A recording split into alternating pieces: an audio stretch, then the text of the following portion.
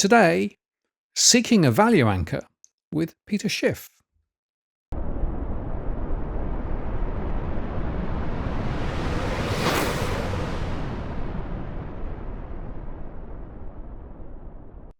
Hello again, it's Martin North from Digital Finance Analytics. Well, there's posts covering finance and property news.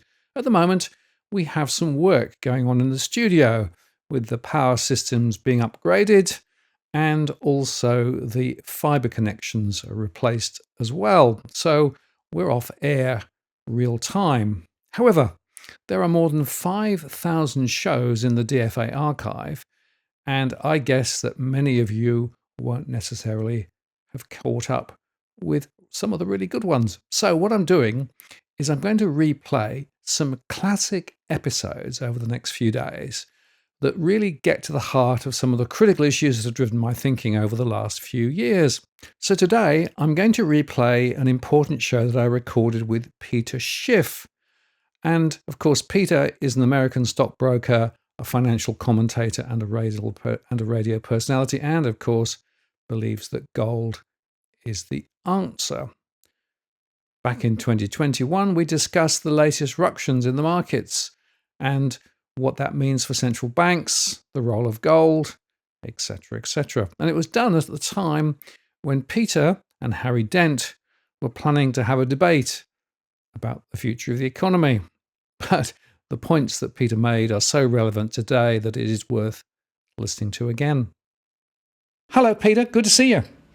Oh, nice to see you. Pleased that you're able to spend just a little bit of time with us. And look, Peter, but the markets have been all over the place this last week. And both you and indeed Harry believe that the markets are due for a major upset. Well, that all depends on if the Fed actually carries or follows through with what it's pretending it's going to do. And that's fight inflation. Because in order to fight inflation, the Fed is going to have to get very aggressive because they're way behind the curve at this point. And so an aggressive tightening campaign would involve a lot more than just slowing or speeding up the taper and accelerating, tiny rate hikes by a couple of months. What we need is an abrupt end to QE, not a gradual reduction, but cold turkey. And the Fed needs to let rates go up dramatically. I mean, 0.5%, 1%, that's not going to cut it. When you have 6-7% inflation, you can't fight that, with a couple of quarter-point rate hikes. I mean, talk about bringing a knife to a gunfight. The Fed wouldn't have a chance, which is why I don't even think this fight's going to happen. Well, that's very interesting. So do you think that the Fed really is in control, or do you think they've really lost the plot? No, well, they're not in control of anything. I mean, they're just trying to kick the can down the road. And they're hoping and praying that there's a long enough road there so they can keep kicking it. But they've been playing this game for a long time, and that's why the economy is in so much trouble. The question is, how much longer can they get away with it? I think the fact that you're really starting to see inflation is now the number one problem. The Fed's ability to try to make problems disappear by creating inflation, that's kind of gone. They can't do that anymore. So they're really at the end of the road. And the Fed doesn't really have a good choice, right? Because either they could fight inflation and crash the stock market, the housing market, the bond market, cause a financial crisis worse than 2008 and a much greater recession. They could do that, or they could do something worse, which is not fight inflation, to prevent all that. And so instead of a financial crisis, we have a currency crisis. We have runaway or potentially hyperinflation. And that's ultimately far more catastrophic for the economy than fighting the inflation. But there is no easy way out. Unfortunately, the Fed made the bed, and now the country is going to have to lie in it. Right. And the point, of course, is that Powell last week admitted finally that inflation was a real thing rather than just transitory. But the markets didn't necessarily react very distinctively based on what he said. So maybe they don't believe him either. Yeah, well, I mean, first, Powell said there was no inflation. And then he said it's transitory. And then he said, well, it's transitory, but the transition is going to be longer than we thought. And now he's come out and say, okay, it wasn't transitory at all. It looks like it's here to stay, but don't worry, we're going to get rid of it. I don't know why the markets would believe that either. I mean, the Fed is constantly wrong or lying, either one. What Powell hasn't admitted, but ultimately I think he will admit it, is that inflation is here. It's going to get worse, and it's just a fact of life. The Fed is going to say that it's just the price we pay for our prosperity, that we have a growing economy, we have low unemployment, and we have the pandemic. And, there's no way to fight inflation in this environment. We're just going to have to get used to it. Right. And I guess that just begs the question then as to why we have a central bank at all, if in fact they aren't able to, drive the agenda and get to the outcomes they want. Certainly here in Australia, the Reserve Bank for years has been forecasting X and Y has happened. Do we need a central bank at all, do you think? Well, I think we'd be much better off without one. I think just about every economy would be better off without a central bank. But the question is, if there was no central bank, what would replace it? And so if the governments just printed a bunch of fiat currency directly without, independent central banks, although independent is really in quotes because they're not truly independent. Yep. But even if you removed that thin veil of independence, and if you handed the printing press directly to elected politicians, it would probably be even worse. So what we need is to return to what we had before we had a central bank in the United States. And that is where private banks issued currency backed by real money, and that real money was gold and silver. So we need to go back to a gold standard to have honest money so that we don't have these, boom and bust cycles, and we have much smaller governments that have to honestly finance whatever they spend.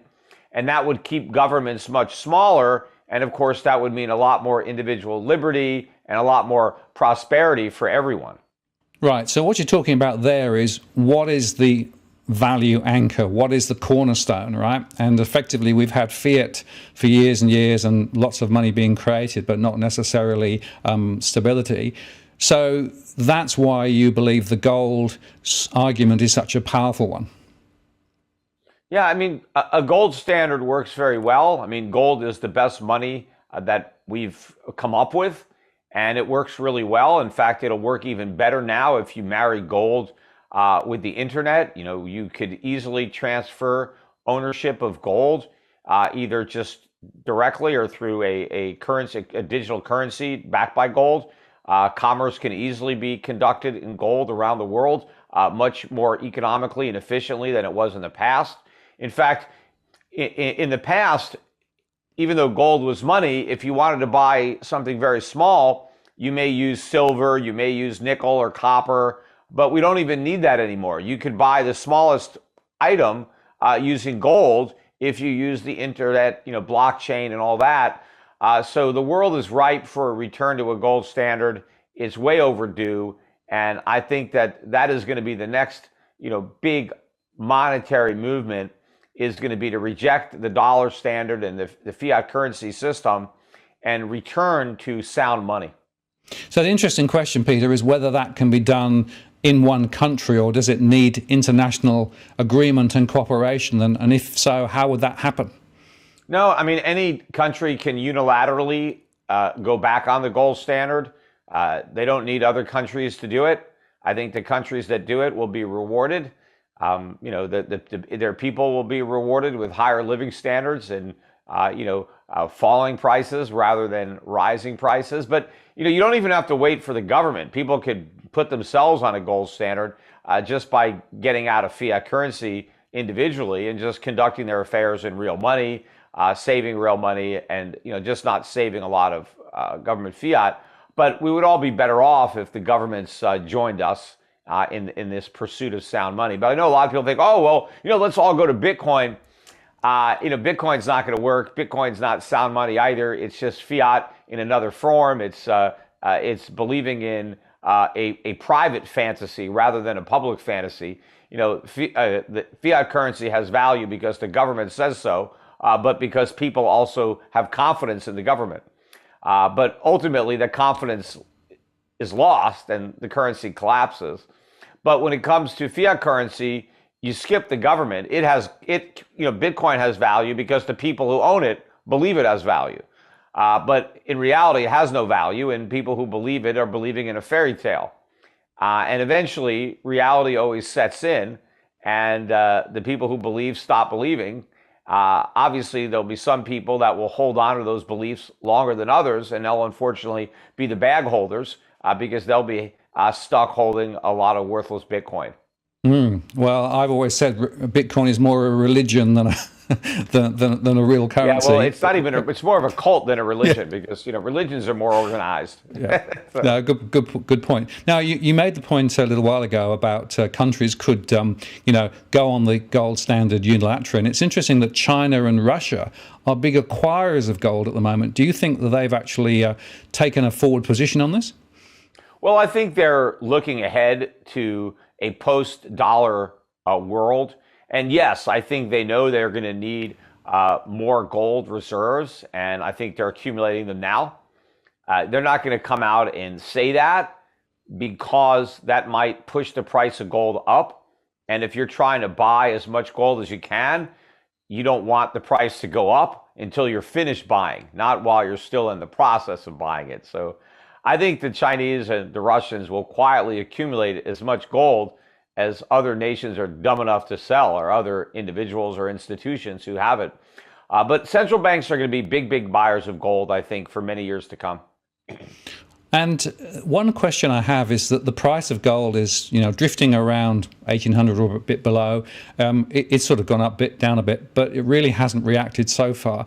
And I wonder whether this is to do with the relationship between the gold futures, which is 50 times the underlying. Do you think the futures market is actually influencing the spot price? And is that one reason why gold is where it is at the moment? Well, look, I think gold is actually holding up quite well because remember, the Fed is tightening right now. Even though it's not raising rates, it's tightening monetary policy just in its rhetoric and in what it is preparing the markets to expect when it comes to the timetable for the taper, when the first rate hike happens. And so normally when the Fed is doing this, you would expect the price of gold to go down. The fact that it's holding up shows you that there's not a lot of downside risk in gold. And I think when gold really is going to start to move is either when the Fed finally starts to raise rates, and then gold can go up, or if they never get around to raising rates. If the Fed is forced to backtrack on its hawkish talk, I mean so-called hawkish because there are no hawks, it's just degrees of dovishness. But at some point, the markets are going to change their view from we have inflation, but it's going to go away because the Fed's going to fight it, to we have inflation and it's going to get worse because the Fed's not going to fight it, or even if the Fed tries to fight it, the Fed will lose the fight. And that's when gold just is going to go ballistic. I think we're going to have a major move up in the price of gold to not only reflect all the inflation that we've had over the last year or two, but all the inflation that we're about to have over the next several years as the government doubles and triples down on these failed policies.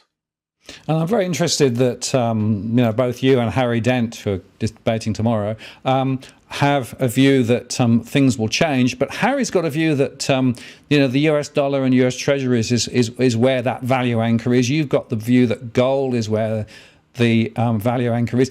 That's a very different sort of perspective. Do you understand where Harry's coming from, or do you think he's just got it wrong? Yeah, I do. He's been coming from this direction for as long as I can remember, telling me that, I shouldn't own gold, I should own dollars. And look, Harry's missed out on a decent move up in gold in dollar terms over that time period, but he hasn't really suffered a big loss in the dollar. And in fact, if he's held treasuries, there's been a gain in treasuries because yields keep falling. So if you bought treasuries 5 years ago, then you can sell them at a profit. You didn't earn much interest, but you can sell them and make a profit. But look, I think we're headed for a collapse in the bond market. Whether it's a nominal collapse or just a real collapse, I think is ultimately irrelevant to the fact that you're going to get wiped out if you're following Harry's advice and holding on to IOUs for US dollars issued by the United States government. I think that's one of the worst places that you could be. The problem with Harry is he's still stuck in the 1930s, and he thinks that we're going to have a 30s style deflation. That's not going to happen. We're not on a gold standard anymore. The gold standard is what prevented the government from doing in the 1930s what it's about to do now, and that is print even more money to keep stimulating the economy and keep running deficits. So it's massive inflation. It's maybe even hyperinflation that Harry should be concerned about, not deflation. The only way Harry is going to see deflation is going to be if he measures prices in gold. So I agree with Harry. Stock prices are going to go down. Real estate prices are going to go down. But they're only going to go down if you're measuring them in gold, right? So in terms of how much gold you need to buy the S&P 500, you'll be able to buy a lot more of the S&P with your gold in the future than you can buy today. But as far as dollars, who knows? You might not be able to buy any stocks with your dollars if the dollar is worthless. Gold's never going to be worthless. Stocks will be worth a lot less than they are now in terms of gold. When you're thinking about prices, it's difficult to think about prices in terms of dollars because the dollar itself is going to be losing value. So on a relative basis, stocks can go down, but the dollar can go down even more. And so it looks like stocks are going up. It's like, trying to measure somebody's height, but you don't know how many inches are going to be in a ruler. So I can be 6 feet tall with a ruler, but if the ruler has 10 inches in a foot, obviously I'm not getting taller just because the ruler is getting smaller. So people are going to be confused by the illusion that they're getting richer, even as they're actually getting poorer, if they just look at a dollar price on their assets. So I always want to look at assets in terms of gold. And during the bubble, assets have gone up in value relative to gold, but they're going to come collapsing down during the deflation. But poor Harry Dent, he's going to get wiped out even more by the deflation because the price of dollars relative to gold will probably go down a lot more than the price of the stocks that he's not buying. Now, last couple of questions. Inflation, if it's there, is really it's a tax. It's a hidden tax, isn't it? Well, of course, because the source of inflation is government. That's why it's good to call it a tax, because it's the government that is imposing the inflation on the people, and it's doing it to fund its spending. So most people, when they think of taxes, it's, hey, the government takes my money, they levy a tax on me, and money goes from me to the government, and the government takes that money and they give it to somebody else to spend. And so I have less money to spend, and now somebody else is spending my money. Well, the government has another way of getting your money, and that's through your purchasing power. So instead of taking your money away from you, the government just prints up some money and then gives that money to somebody else. And now that somebody else has money to spend that they didn't earn, and now they go out and spend it. But because they didn't earn it, they didn't help produce goods and services. So what happens is the people that get that new money, they go and buy stuff, prices go up. And now because prices go up, you can't buy as much stuff as you could have before because you don't have more money, but everything costs more. So let's say prices go up by 10%. Well, that's like a tax. That would be exactly the same if the government took 10% of your money so that now you had to reduce your consumption and you bought, 10% less stuff. When they take your purchasing power through inflation, you arrive at the same result. You buy less stuff, not because you have less money, but because the prices have gone up. But those higher prices are effectively a tax, which is why I was very critical of Joe Biden's promise that Americans under 400,000 of income wouldn't have to pay anything for all the spending. I said that was a lie. They were going to pay the inflation tax because the inflation tax actually falls heaviest on the lower income and middle income people. The very people that Biden claimed would be exempt from his taxes are the ones getting hit the hardest from his taxes. Yes, and conveniently, of course, inflation also devalues the absolute debt that governments have. So in a way, what they're doing is basically shrinking their problem, but creating a bigger problem for everybody else. Yes, they're screwing all of their creditors, the holders of U.S. Treasuries, but it's not just U.S. Treasury holders. When they create inflation, they destroy the value of dollar bonds, all kinds, corporate bonds, muni bonds, all bonds lose value, not just those issued by the U.S. government. Absolutely. Now, my last question, Peter, because we've talked to sort of macro levels, but individual investors, right, watching what's going on at the moment and trying to figure out what to do. What's your perspective in terms of how investors should think about this? Well, they should understand that inflation wipes out creditors and it wipes out paper wealth. But real wealth is not affected. If you own real things, tangible property, equities in businesses, real estate, those assets will retain value because prices can go up when there's inflation. If you're a business and you're selling products, you raise the prices of those products. But if you own a bond and you're clipping a coupon, your coupon is stuck and your principal is fixed in a certain quantity of money. And if inflation renders that quantity worthless, well, what you've got is worthless. But governments can print money, but they don't print stuff. So I want to own what the governments can't print. Real businesses, productive assets, capital, plant, and equipment, real resources, minerals, energy resources, agriculture. There's a lot of things that you can own and business that you can own. But I also want to own gold because gold is going to be remonetized in the aftermath of this currency crisis. And, the only way back to prosperity, that road goes through a gold standard. We're not going to get it relying on fiat currencies. When lesser fiat currencies failed, when you had like an Argentine peso collapse, okay, that's one thing. But the US dollar, the primary reserve currency, if the dollar can fail, well, then anything can fail. I mean, how are you supposed to have confidence in the euro when you see the dollar collapse? I mean, who's to say the euro won't be next or the Japanese yen? So how is Europe and Japan going to say, hey, don't worry, what happened to the US dollar is not going to happen to us? Why would you think that? So you got to do something to change the dynamics.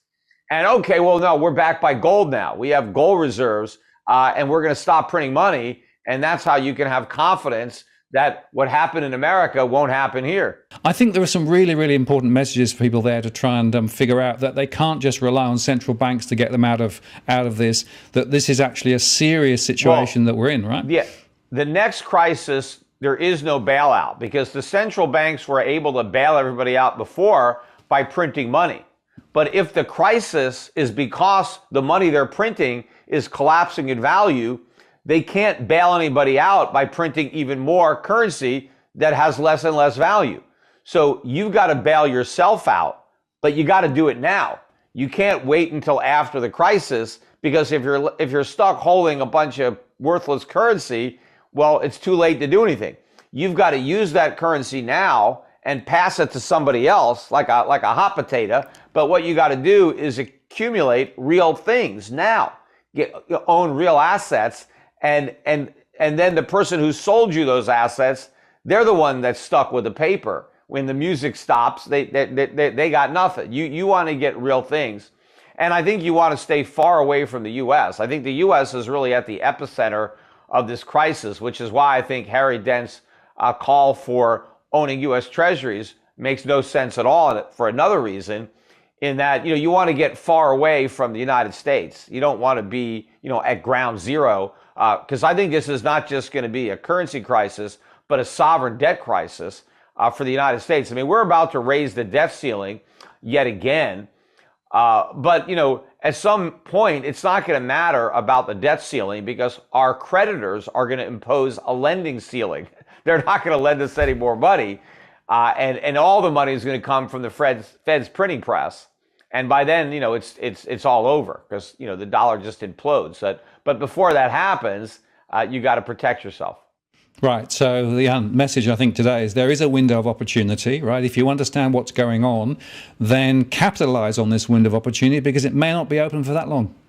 Yeah, look, it's been open for a lot longer than I expected. So to that extent, but you're pressing your luck if you keep waiting because, it could shut any minute.